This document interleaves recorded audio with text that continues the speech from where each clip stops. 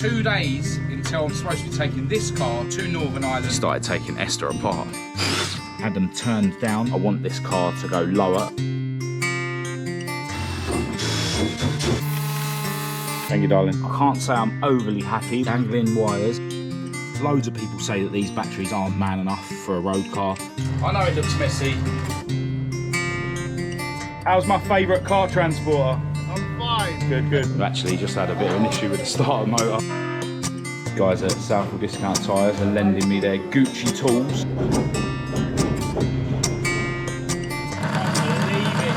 Oh no. Wash the car, which I haven't done, and get it aligned, which I did do.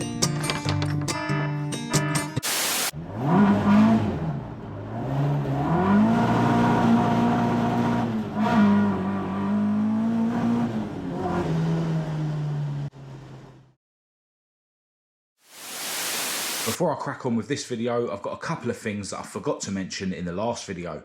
First of all, loads of you pointed out that Esther's spring wasn't located correctly, and that's basically because the spring is way too short for the standard shock absorber.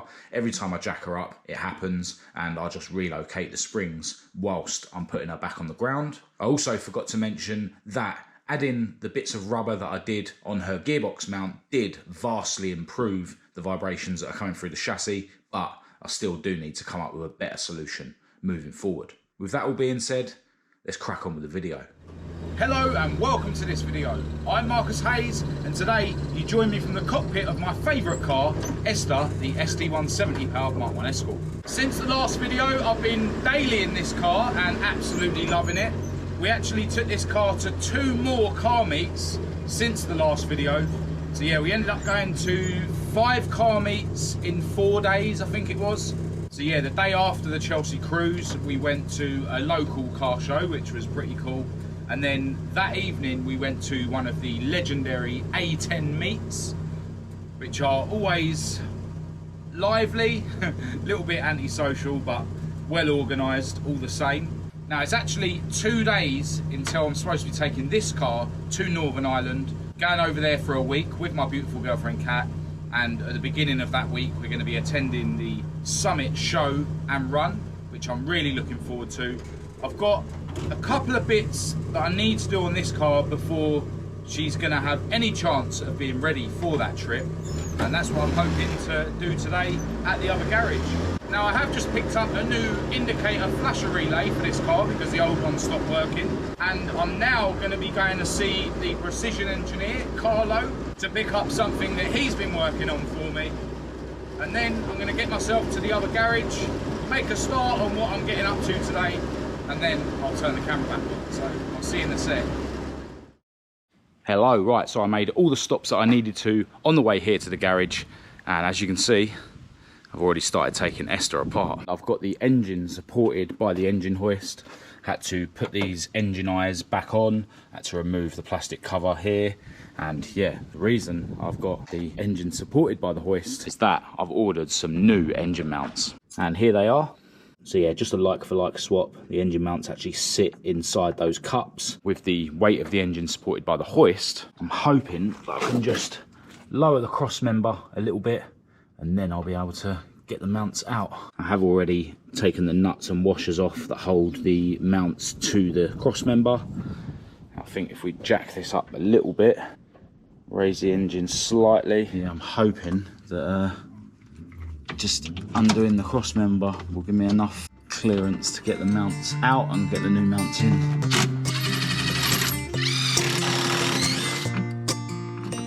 Might have to undo the anti-roll bar.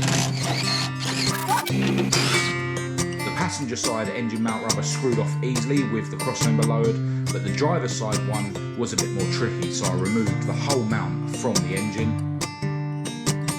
Then it was just a case of putting the new mounts into the metal cups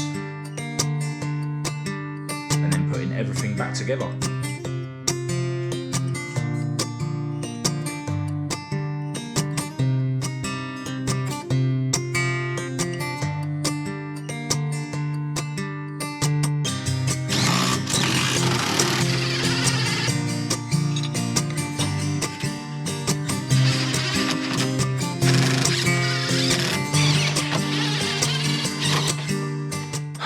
well, that took way longer than I was expecting. It's pretty much all back together now. Still need to remove the engine eyes and put the plastic cover back on here. Got to put this bolt back in the water rail, because where I was trying to use this hole, which is the correct one for the engine eye, yeah, this water rail basically gets in the way, and I thought I might have been able to use that bolt hole with this bolt out of the way, but that wasn't the case. So yeah, I mustn't forget to put that back in. But anyway, yeah, it's all bolted back together. One thing I have done is I've put a shim on the engine mount on this side. So yeah, there's a washer in between the rubber mount there and the cross member. And the reason I've done that is because I wanted to push the engine over this way slightly, and then that meant that I was able to realign the gearbox and move the gearbox over that way slightly, because these Mazda gearboxes are definitely wider this side than they are that side. And yeah, as you'll know if you've been watching my videos, the gearbox has rubbed on the tunnel this side in the past, and yeah, it's still very close on this side. But yeah, that really did take way longer than I was expecting. And I've got another couple of things that I was planning to look at today, and I've only got today and tomorrow to get this car ready for the Northern Ireland trip. And tomorrow I was kind of hoping to just align the car and wash it. Anyway, I'm going to get the car back on the ground in a minute, but first I'm going to jack the rear end up because I want to fit the wheel spacers. So I've got these 20mm spacers that are going to be going on the back, and I've got these which were exactly the same as these 20mm spacers, but I've had them turned down by Carlo, the precision engineer, and I got him to turn them down and take the material away from the front, so that I was able to make this bit here that is supposed to locate into the center of the wheel a bit longer, so that it will actually locate into the wheel. Now what I plan to do in the future is to get some 25mm spacers and get him to machine them down exactly the same, so that then I'd end up with a 20mm spacer, but with a longer bit here so that it locates into the wheel. So I'm going to crack on with this off camera, and then I'll show you what she looks like with the wheel spacers on. Alright, so there she is with a slightly more aggressive wheel fitment. The front wheels definitely stick out more than the rear wheels, but that was expected. This car's actually got the plus 10mm hubs on it, and the rear wheel spacers are only 5mm wider than the fronts. The fact that the front wheels are sticking out more does exaggerate the fact that I want this car to go lower at the front, and that will be happening in the not too distant future. And if you're a patron, you'll know exactly how I'm going to go about that. And yeah, once I have got the ride height how I want it, then I'll see if I need to get Carlo to shave those spacers down a little bit more. Now tomorrow the car will be going for an alignment. The negative camber is quite aggressive at the moment. I'm probably going to have it set quite tame, seeing as we're going on quite a long road trip. But yeah, this car definitely looks better with the wheels spaced out. They really were lost in the rear arches, especially now that I'm running the 175 60/13 tyres as opposed to the 185 60/13. And fingers crossed it won't cause any extra vibration by running the spacers. Now it's worth noting that one of the four wheels is odd. It's the same spec as the others in terms of offset and width, but the taper on the back in the center where the hub should locate is slightly shallower. So I think it's the one around this side on the rear, and the spacer actually does just about locate in the center hole because of that shallower taper. Now on this side, I actually tried a spigot ring. I've bought a variety of spigot rings recently. None of them are perfect because they're not tapered ones. But yeah, on this one, I put one of those spigot rings on, but it wasn't a tapered spigot ring. So I basically just shaved it myself with a flat wheel on a drill, put a taper in it, and yeah, that spacer now actually locates into the center of the wheel. Now obviously, with me doing it with a flat wheel, it's not going to be as balanced as it would be if you spun it on a lathe, but it is only plastic, so I'd like to think that the difference in weight isn't going to cause too many issues. And it's certainly better having the wheels located correctly than not. So yeah, the uprated half shafts locate nicely into the spacers, and then the spacers now do locate nicely into the revolutions. This side because it's got a spigot ring that admittedly I've modified myself, and the other side because the taper is shallower on that wheel, so it locates anyway. On the front, the spacers obviously locate into the wheels because of the way Carlo has modified them for me, but the hub doesn't locate into the spacer because yeah, the center bit of the hub is just way smaller than the spacer and way smaller than the revolution, you know, so they're no worse than they would be if I wasn't running the spacers. So yeah, in my mind, there shouldn't be any more vibration due to the wheels than there was without the spacers, even though it's not technically ideal. Anyway, while we're on the subject of wheels, I think because we're going on such a long journey, it would be sensible to carry a spare. Now, if I open Esther's boot, you'll see where I'm going with this. I've got one of my spare Revolution alloys sitting in Esther's boot, but it's obviously not secured. Now, this is probably the most expensive spare wheel post you can buy. I think it comes to £105 by the time I paid VAT and postage. But the thing I like about this is that it basically breaks in half. This unscrews, so if you've got one spare wheel in the boot, you can just use that. And then if, for instance, you wanted to take a pair of slicks to Santa Pod, then you just screw the other half on, and then you can mount two wheels in your boot. Another good thing about this post is it comes with this sort of clamp thing that you put on there and then do it up.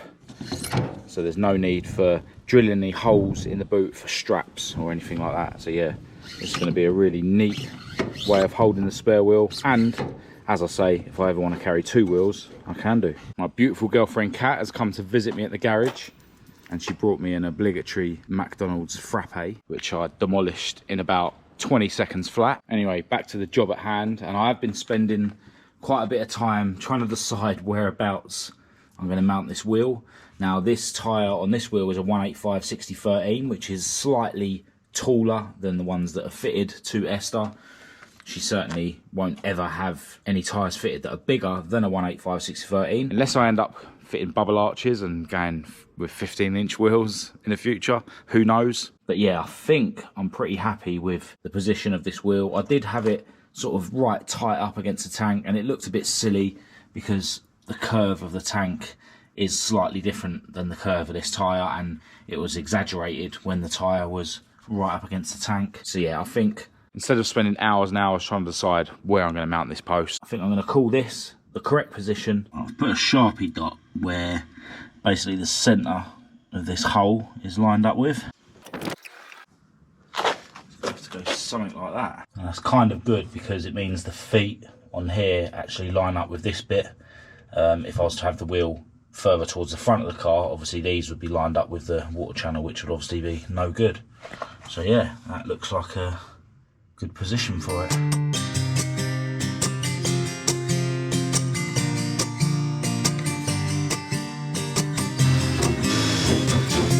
So I was going to drill it out to M8, but I think 6mm bolts will be strong enough.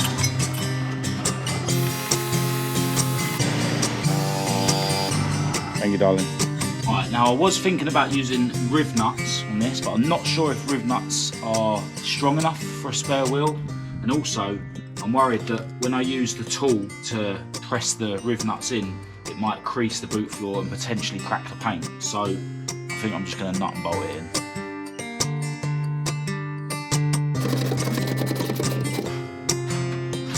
Moment of truth.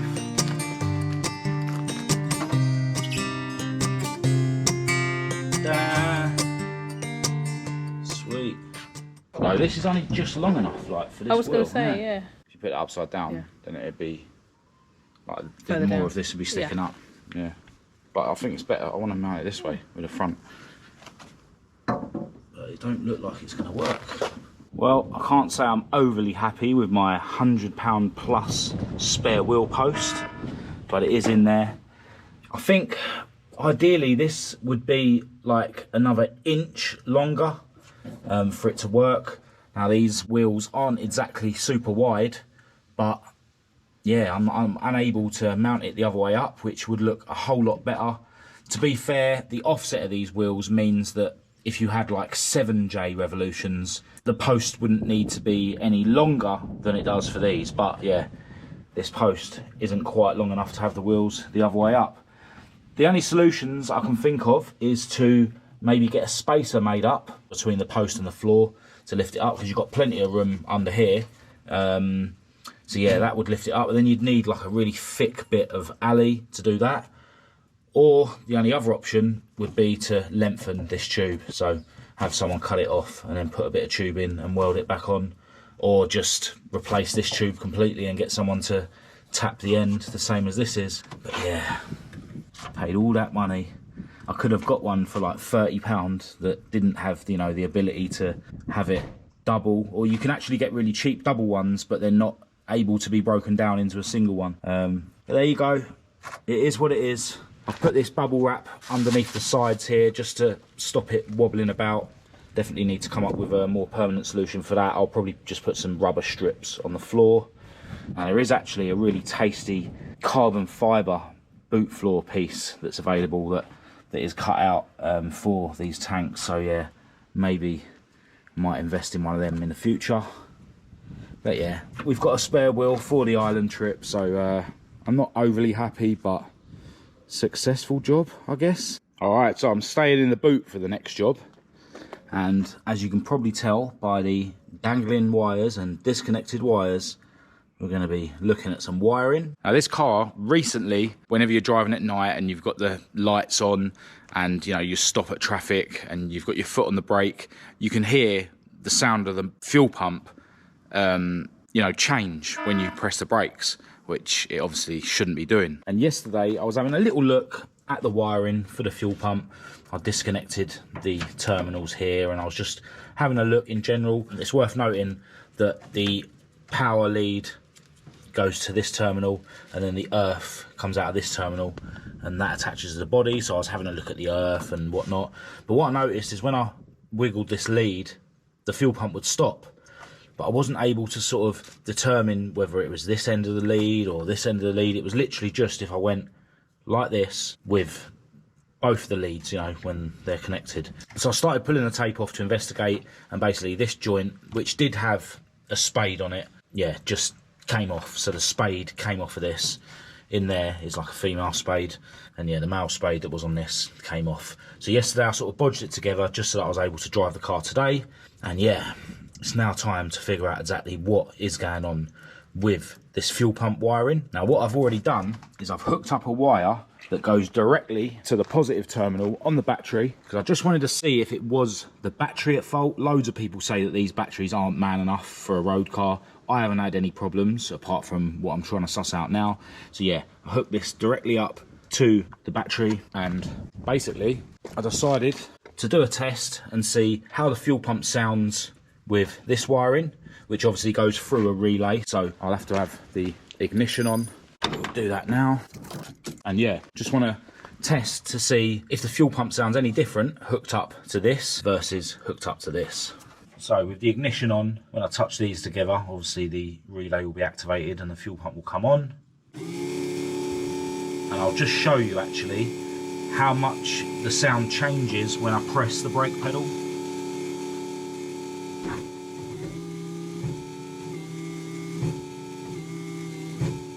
So yeah, I'm sure you could hear how obvious that was. But anyway, if I disconnect this and then hook it up to this wire that I've got going directly to the battery, you can instantly hear that the fuel pump is operating a lot more loudly. And if I press the brake pedal now, the ignition is still on obviously to activate the brake lights.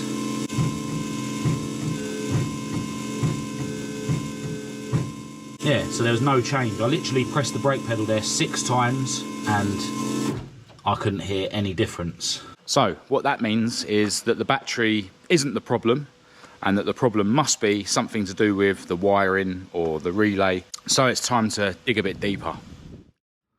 Hello, into a new day, and I've made a discovery about the wiring. Now, I'm no expert, but the way I understand how a relay works is you have one side of it that goes through your ignition barrel, which only requires a little bit of current, and that triggers the relay. And then the other side of the relay you have connected directly to your battery. Well, what you can see here and here is that I've basically doubled the 12 volt switched feed that's coming from the barrel, and I've got that going into both sides of the relay. So it not only triggers it, but it also powers it. So I've disconnected the main power side of this relay so that the 12 volt feed is only triggering the relay. And I've got my test wire, which is hooked up to my battery. Now, if I turn the ignition on,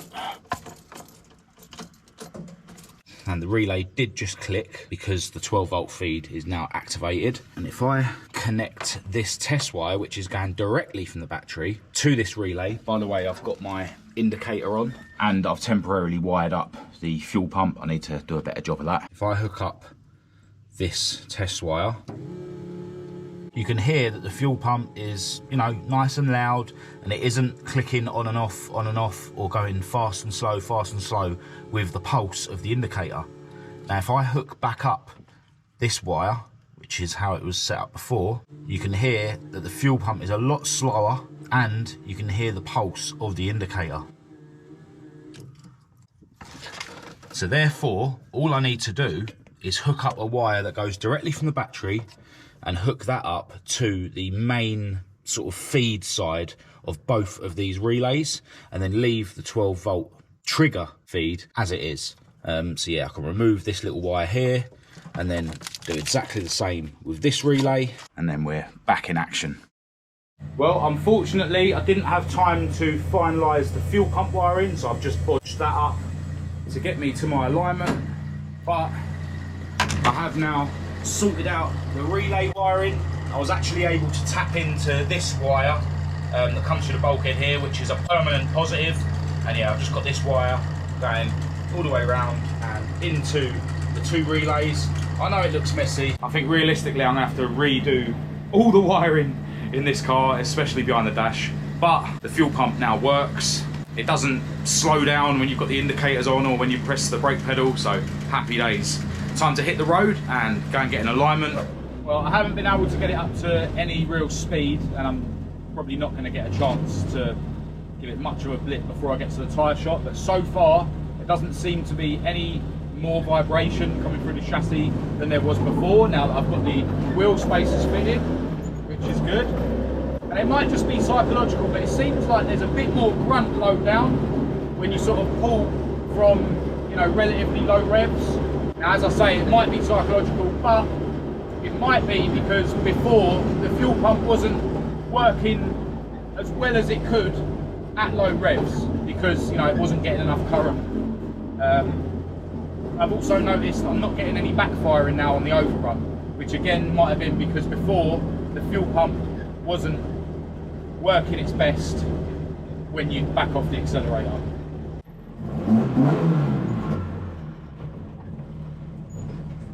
How's my favourite car transporter? I'm fine. Good, good.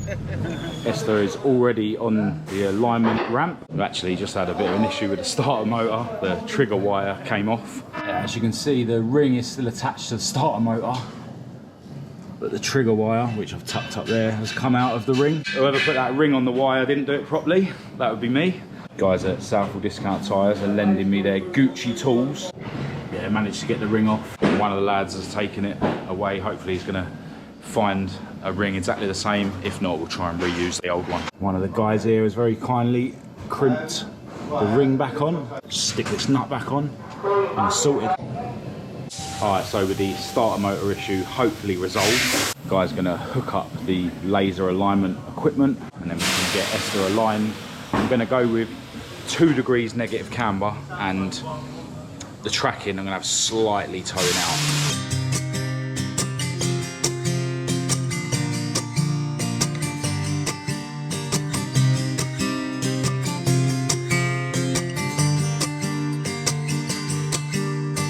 The camber was just under 3 degrees on both sides and they were both really even. Not bad considering I set it by eye. But yeah, I'm gonna get it toned down to 2 degrees because I'm going on such a long journey. It'll just wear the tyres out unnecessarily. Because this car's got adjustable track control arms, the camber's adjusted by basically lengthening or shortening the track control arm, which pushes the bottom of the wheel out, or we need to bring it in this case, and then obviously the tracking's adjusted with the track rod end as normal. Right, I'm going to get out the guy's way and then we'll have a look at it once he's finished. Alright, so that's what we've ended up with. Slightly under 2 degrees negative camber and basically a 1/6 of a degree on each side tow out, which is what I asked for.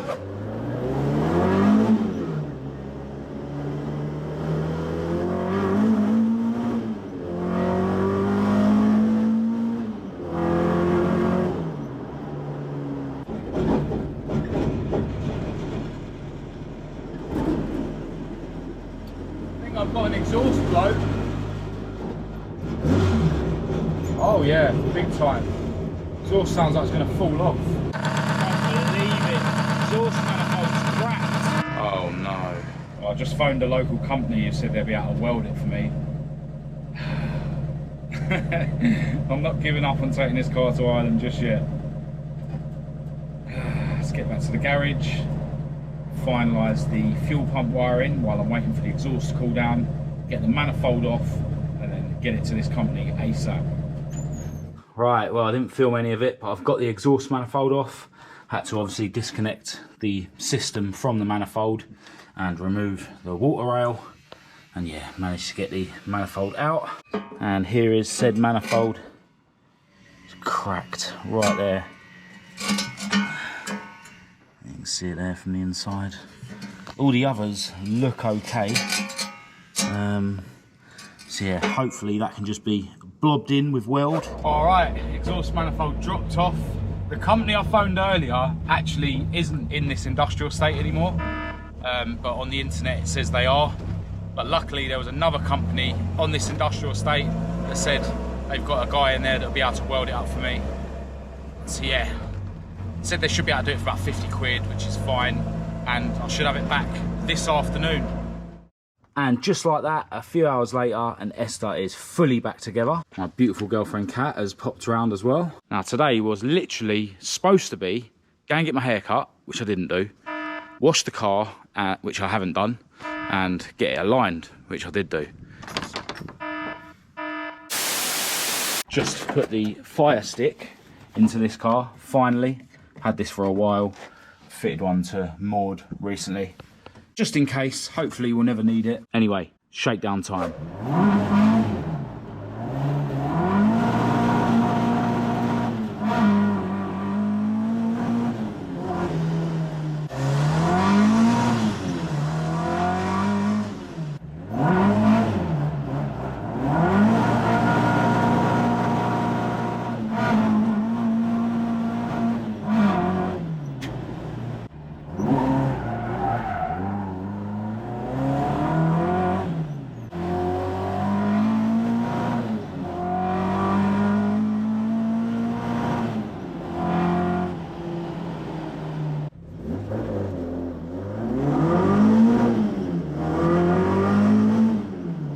Did you forget to push sport mode?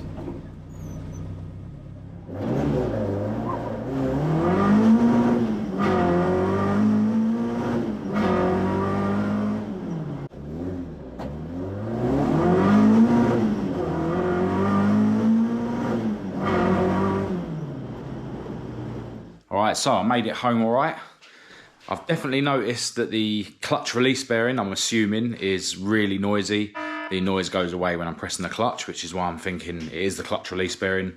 But although I got that clutch release bearing off of eBay, it's not a genuine Mazda one, I don't think. It is virtually brand new, so I'm pretty sure it will at least survive for the Northern Ireland adventure. Anyway, before I end this video, I've got something seriously cool to show you that was sent to me by Lee Wallace. So as well as a handwritten note and a really cool sticker, Lee sent me this, a copy of the RS Performance Parts Catalogue. This is awesome. So back in the day, you would have been able to order from Ford all your RS goodies, like RS wheels, like mini lights. You could order a quick rack, double width kit for your anti-roll bar, RS steering wheel, heavy duty engine mount and cross member. How about a alloy block for your BDA to take it up to 2 litres, heavy duty oil pump, dry sump kit even, transmission parts, rear axle parts, you know, different ratio diffs and whatnot, LSDs, yeah, you get the picture. It even has all the body shell upgrades, like adding the bubble arches. You could even order a competition body shell. Yeah, you get the picture. But yeah, this is awesome. Really happy to add this to my ever-growing memorabilia. So yeah, massive thanks to you, Lee. Really appreciate you sending me those bits. Now, it's worth noting that Lee also sent me something seriously cool, which I haven't fitted to any of the cars as yet, but they will probably be getting fitted to Maud very soon. And let's just say that I remember when Lee sent me those bits, they were wrapped in cardboard, and on the cardboard was written drifty bits. Also, you'll remember if you've been watching my videos, I was recently sent these door openers, and the guy that sent me these didn't actually include his name in the package, but he has since been in touch, and his name's Tony Smith. So yeah, massive thanks again to you, Tony. Those door openers are going to be really handy for Maud. Now, that is the end of this video.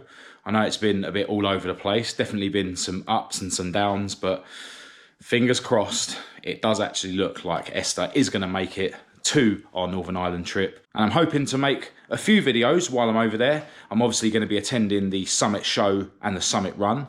I'll probably vlog the journey to Northern Ireland, and I've got one stop so far lined up to check out someone's seriously cool project and show you guys on the channel. So for now, I'm going to end this video here. If you did think it was any good, please do give it a thumbs up and a share. If you didn't, give it a thumbs down. Click subscribe if you're new to keep up to date with all my future uploads, and check the links in the description to my social media and my website. I'll also leave a link to my Patreon down there for any of you guys that want to jump on that. Massive thanks to all my patrons. I really appreciate your support. I'll leave my email address in the description for anyone who wants to contact me. But other than that, until next time, thanks for watching.